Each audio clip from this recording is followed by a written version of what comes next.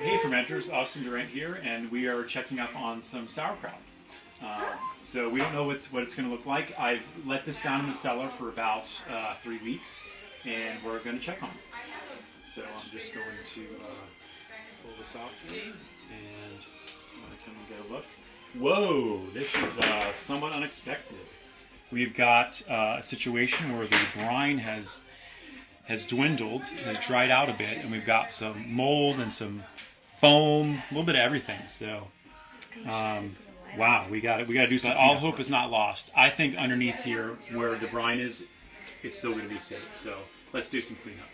The first thing I'm going to do is just pull out the plate, and you can see there's quite a bit of mold on here.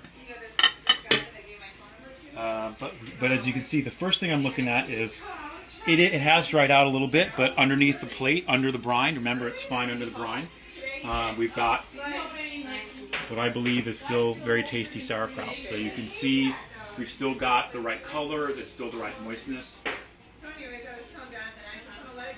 Good flavor too.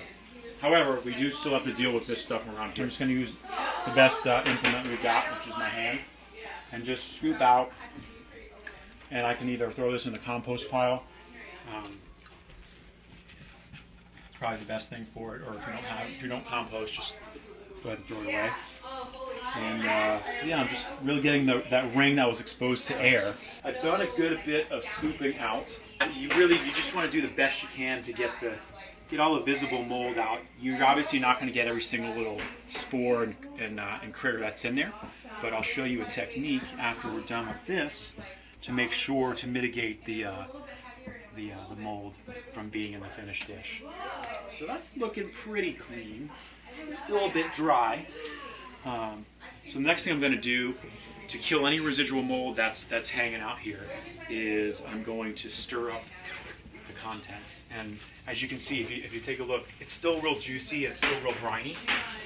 It's just I let it dry out because the weather's been kind of warm here. It's been a warm winter here in Southern California. So I'm just going to stir it up, and any residual mold that was there on the top that I didn't get is going to be quickly killed in the very acidic, tangy environment of the sauerkraut.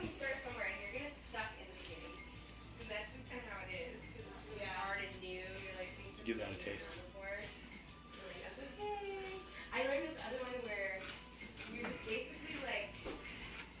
Solid, right?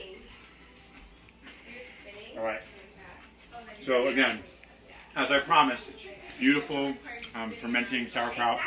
This is a ginger fennel sauerkraut. Oh, that's good. The recipe online, fermentersclub.com. So what we're going to do is we're going to finish cleaning up here, and we're actually going to add some more brine because we don't want it to dry out again. Actually, it doesn't need that much brine, but we'll add maybe a cup or two.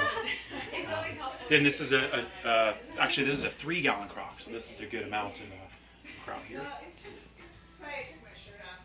So let's go ahead and get some brine.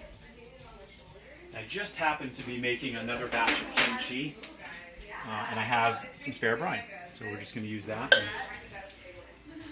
And that's about it. I'm just going to clean off the weight and the plate.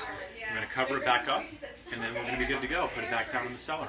And we'll check on it in another 3 or 4 weeks. So hopefully that's been helpful. Don't freak out when there's mold, because it's fine under the brine.